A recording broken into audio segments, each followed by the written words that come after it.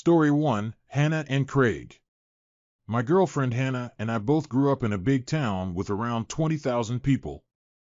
Although we attended the same high school, we didn't meet until a few years ago. After college, I got a job that required a lot of travel in the state. I asked to work at my hometown's branch to do business there and in my hometown.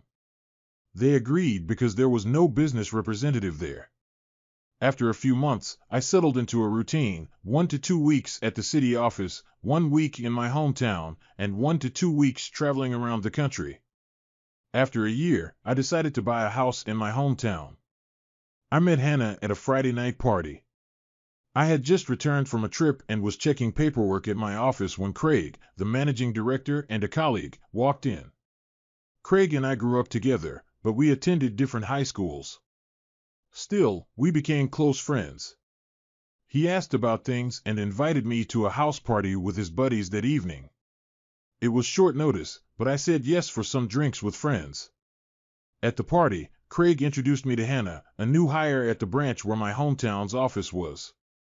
We hit it off immediately. Everything went well. Hannah got along with my parents, and her parents were happy she found someone who made her happy after dealing with relationship issues and depression. After 2 years of dating, she moved into my house in my hometown. Everything was good for nearly a year, then things changed. FaceTime sessions were cut short or she was too busy to answer the phone. Neighbors told me about a car similar to Craig's, a black Chevy Camaro, seen near my house when I was away. Clothes that weren't mine were found in my wardrobe.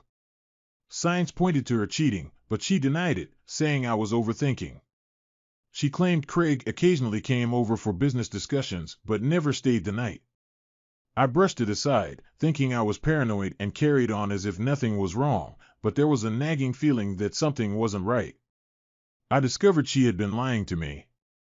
Nearly 6 months later, I completed a large contract early, decided to book an earlier flight home, and surprised everyone. Driving into my hometown, I noticed Craig's car blocking the back entrance gate. Confused, I approached the house and saw Hannah and Craig having bed life in the kitchen. Shocked and dejected, I left without them noticing. I drove in my car for what felt like a really long time. I was crying a lot, but soon the sadness turned into anger. I really wanted to hurt them badly, but I'm not a person who believes in violence. That's when I decided I was going to make them suffer and ruin their lives. And what better time to start than now? I drove back up the alley, keeping a distance from my driveway to see Craig's car. Then I walked back to the gate where I could see into the house and called her phone. When it rang, both of them looked shocked as my name showed up on the caller ID. I saw that she was thinking about answering, but they let it ring for a bit before going back to what they were doing. It rang again. This time she picked up the phone.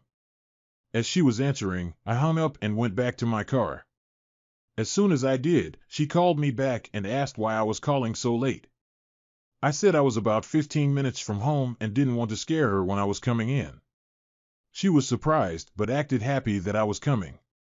The call ended quickly after she said she was going to get up and get changed.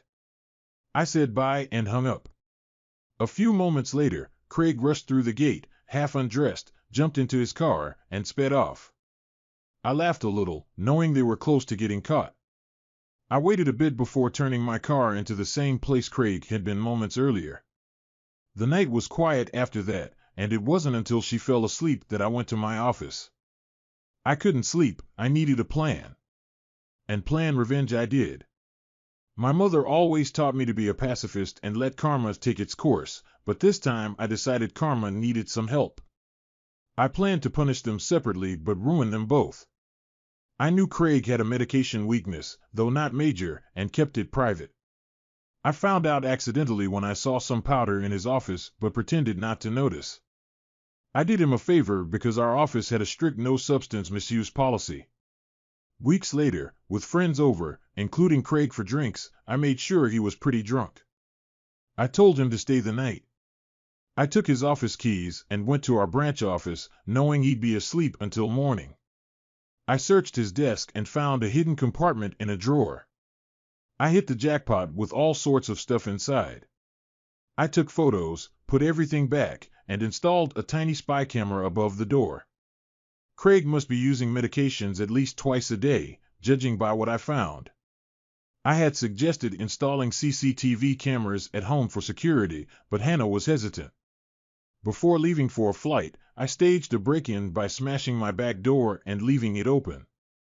I got messages about it when I arrived. My mom was panicking, Hannah was upset, and the police asked me to call. After returning calls, I told the police I was away on business and would talk to them next week. While away, I had Hannah stay with my parents and got my dad to arrange for security cameras and an alarm system. After returning, I acted surprised about the break-in and had the security company explain everything to us. Then came the question I had been waiting for: what if we conduct some business and I don't want a record of it? When she posed this question, she acted shy, but I understood exactly why she was asking. The security technician reassured us that this was a common question and, on the home computer, he demonstrated how to prevent certain cameras from recording if we wanted to maintain privacy, especially to protect her modesty. As I walked him out, I inquired if turning off the cameras could trigger a notification as a security precaution. He came back in, guided me through setting up email notifications, and left shortly after. Additionally, after Hannah finished grocery shopping, I strategically placed spy button cameras throughout the house. It was fantastic. All I needed to do was wait. At this juncture, I sought assistance from legal advice groups on Reddit regarding the couple's law in my country. I wanted to ensure that my upcoming plan could be legally executed and I wouldn't be obligated to pay money or equity to Hannah. I wanted to avoid any unpleasant surprises where she might take money from me. Thanks to the Reddit community, I connected with a helpful lawyer who assured me that despite dating for almost 4.5 years, we hadn't lived together long enough to be considered a de facto couple. Also, the fact that I paid all the utilities on the property she lived in without paying rent demonstrated she had no legal standing for a financial claim against me. Just to be sure, he drafted a solid legal document in case anything went wrong legally. More good news followed the next week. My boss offered me a promotion to lead the team in the city, reducing travel. Accepting the offer, I began the process of transferring, which would take about 6 weeks, ample time to gather all my evidence. Upon returning to my hometown the following week, I initiated the remaining steps of my plan. I asked Craig for a favor, requesting approval for 1 week of vacation for Hannah. For 2 weeks, I aimed to send her and a friend or two on a short break. He agreed, expressing enthusiasm and congratulating me on being ready to take a significant step in my life. For the second time, I hugged him back tightly, although not in the way he might have imagined. He agreed and blocked out the week for me, and I requested him to keep it a surprise, knowing it would spread like wildfire around the office. That was my plan. That evening, I informed Hannah that I'd booked an all-expenses-paid trip for her and 2 friends to a tropical spa resort for a week, instructing her to pick 2 friends for the surprise of her life. I then shared that the following week I would be in the city preparing for a crucial client and I wouldn't be home until Monday. She was leaving. This seemed to disappoint her a bit, but I assured her it would be worth it when she returned. What I failed to disclose was my decision to take a 2-week vacation on the other side of the country, mentally preparing myself for the challenges that would arise the moment she stepped foot on the plane, all while enjoying my first taste of freedom. On Sunday, 2 weeks later, I flew back and started driving home. Upon arrival, I quickly passed by my house and sure enough, Craig's car was there, similar to the first night I caught them. I parked a bit away and checked the CCTV cameras. They were all live, but I couldn't find them. Switching to the spy cameras and the one hidden in the bedside lamp, I discovered them in my bedroom. Since we hadn't installed any CCTV in our bedroom, she probably felt they were safe on our bed. No surprise, as I had recorded them doing this constantly over the 2 weeks I was away. I then made my first call to the police. Blocking my caller ID, I informed them that I was one of my neighbors who saw someone in a car in the alley behind my house, passing things through the windows to passing cars and looking into my yard. I expressed concern about possible medication dealing, providing Craig's car details and description, and stating I suspected him to be the medication dealer. They said they'd have someone there in a few minutes, so I thanked them and hung up. After that, using a new email I had just set up, I sent all the videos from the spy cam of Craig doing medications in his office and the photos from the other night. I forwarded these to his boss after searching through his desk. Next, I called Hannah and let her know I was about 10 minutes from home. Even though I knew she was flying out the next day, I wanted to surprise her. Looking back at the footage now, I chuckled at the commotion I caused, and I'm surprised I didn't hear any sounds. In a few seconds, Craig came out half-dressed and hurried to his car through the back door. It was perfect. As Craig sped away, a police car behind me saw him driving fast and gave chase. After arriving and greeting an excited Hannah and doing all the couple things, she fell asleep again. On the contrary, I couldn't sleep at all. The next day, she and her friends left in a car. Once they were gone, I had to wait a few hours, but then I started executing my plan. I called my friend, a removalist, and apologized for the late notice, but I needed my place packed and moved on Friday. After agreeing on a time, I told him he would need to take certain boxes to a storage facility, which he said wasn't an issue. Then I began packing Hannah's belongings. Later that day, the police called for me to identify if I knew Craig and if I suspected him of any suspicious activities or medication use. Our town took a strict stance on medication law enforcement. I expressed pretended shock and replied no. It turns out they had apprehended the suspect from the previous night with a lot of hard and illegal medications in his vehicle. I grinned, happy that my plan for Craig had come to fruition. By this point, the town was buzzing with news. Events in my hometown don't stay secret for long. Craig was disgraced and promptly fired for medication possession. That night, I went to my parents' house and told them and Hannah's parents what had happened, leaving out certain details, and that I was moving back to the city after being promoted, but Hannah wouldn't be a part of it. They were initially upset that I hadn't kept them informed, but were glad I was handling everything maturely and hadn't stooped to their level, though they didn't agree with ghosting Hannah. After some drinks, laughs, and tears, I went home. On Friday afternoon, after a busy week of organizing cleaners for the following week, contacting the real estate agent to put my house on the rental market, and completing various tasks at my hometown's office, I packed some things into my car, drove to my parents' place, said goodbye, and before leaving, I visited Catherine's house. Catherine had been one of Hannah's closest friends growing up.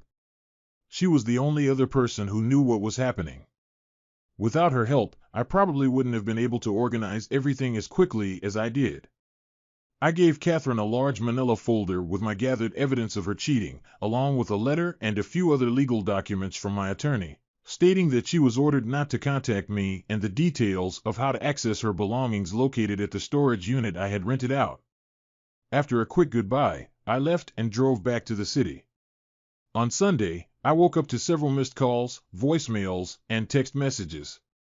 It turns out Hannah had come home early after being alerted to something being afoot in town, only to find an empty house and a for rent sign out front. Panicking, she went to my parents, who closed the door on her the moment they answered, forcing her to call everyone until she managed to somehow be contacted by Catherine and told that she had a package for her. I heard she didn't handle it well, and I knew this for sure because I got lots of angry texts and voicemails accusing me of framing Craig and being deceitful. I was worried she might come to my front door, but nothing happened. Now, 6 weeks after leaving and getting promoted, I'm content and settled. Story 2, Suburban Couple. I'm a 37-year-old guy, and my wife is 31. A few years back, everything seemed fine, and I thought we were a happy, typical suburban couple. Despite being together for a long time, our marriage was solid.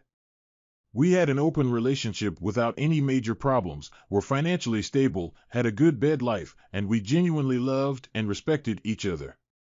We have 2 kids, a 16-year-old girl and a 9-year-old boy. I believed we had a decent social life, but we hit a rough patch that many married couples go through. Both of us were working long hours, not spending enough time together, which affected our relationship. Also, she started spending more time on her phone, texting her girlfriends. I didn't think much of it until she became overly protective of her phone and started acting distant towards the kids and me. These were warning signs that bothered me, so I tried harder to be emotionally present, help with household chores, and spend quality time with her. Despite my efforts, the emotional gap between us widened over a few weeks, and she seemed more distant.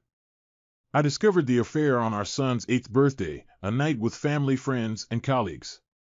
While taking a photo of her, my son, friends, and her parents, a text message appeared on her phone saying, "I love you very much, baby.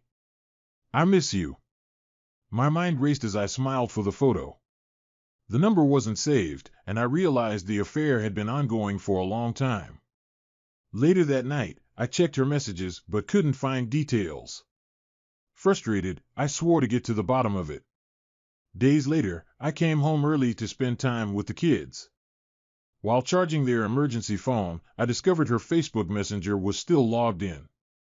I found explicit messages and undressed photos between my wife and a guy named Louis. The messages revealed she didn't love me anymore, criticized our closeness, and planned to leave me for him. It was painful, spanning 2 years. Overwhelmed, I took screenshots and decided to confront her. When she returned, a message came in from Craphead asking if they were still down for the weekend. She replied, "Yeah, honey." The next day, Craphead went on to remind her of the name of the hotel and room number he'd be staying at. Such an idiot. It was music to my ears. I decided to confront her there and humiliate them both. I knew where they would be and what room they'd be staying in. All I needed to do was stage the perfect surprise. I was worried about my kids and the new life that was about to come. She came home from the supermarket. I could hardly look her in the eye, and I didn't want to give myself away, so I went out. I consulted a lawyer, got my options, had a few drinks, and started laying out my plan. Sure as hell, the next day, the wife is buttering me up. She says she wants to take a spa weekend with the girls to relax, and when she returns, she wants us to go on vacation, reconnect with ourselves, and focus on our marriage. I go with it all the way. I tell her, for sure, of course, it's the most incredible idea she's ever had, and I'll do anything to get us back on track. I talked to my lawyer and asked him to create a strong agreement for our separation, specifying when she should move out, the visitation schedule for weekends, and no child support until the divorce is final. She had no idea this was coming. She got ready, left, and kissed me goodbye, saying she loves me. I told her to have fun, and she left immediately. I went to the bank, closed our joint and money market accounts, and got a cashier's check for her share. I deposited my half into my new account and then went back home. In my office, I printed about 35 pages of Facebook screenshots, killing time because I wanted her and her new partner to get comfortable before I arrived. I also called her parents, inviting them to a surprise. They were worried at first and wanted to know what the surprise was, but I calmed them down and convinced them to come. I managed to contact Louis's wife through Facebook, and she wasn't that hard to find. I tried calling, but there was no answer, so I drove to her address and explained what was going on. She initially broke down but agreed to come. We reached the hotel around 12:30, finding her parents already there. We went straight up to the room. Her parents were confused, asking where my wife was and who Louis's wife was. I calmed them down, and we went to the room. I knocked, claiming to be the hotel manager, and asked to speak with Louis. He came out in just a towel. I can't forget the look on his face. He went white, tried to talk, but his wife struck him and walked off. He went after her. Then my wife called from inside. I went in with her parents to find my wife in just a towel. She turned white, started to cry, and her mother joined in. I guess she's supposed to be her parents' golden child. She started saying things, claiming it's not what it seems, etc. I told her I'm not here to argue. I handed her the divorce papers and the printed out texts, saying I would email them to everyone we knew and give them to our daughter so she would see the truth about her mother. She broke down, worried about her professional and parental image. I gave her a check for half of the money market account and told her I withdrew my half from all the other joint accounts. It was enough for her to find a place. She started crying more. Her parents were silent and in tears. They went to stand in the lobby. I could almost see the different thoughts and waves of emotions going through her. She asked why I would do this to her, but we both knew she brought it on herself. I told her I expect her to sign the papers and leave them at the house when she comes to get her stuff. I started to leave. I told her she could continue to have fun with Louis. I left and apologized to her parents. I'm really sorry they had to see this. They understood and advised that we both see a marriage counselor before any decision is made, but my mind is made up. On my way out, I passed Louis and his wife having a fit downstairs. I smiled a little. It serves the monster right. We exchanged a few heated words. He asked if I'm happy, and I screamed yes. I got in my car. I started to cry, but I managed to pull myself together enough to drive off.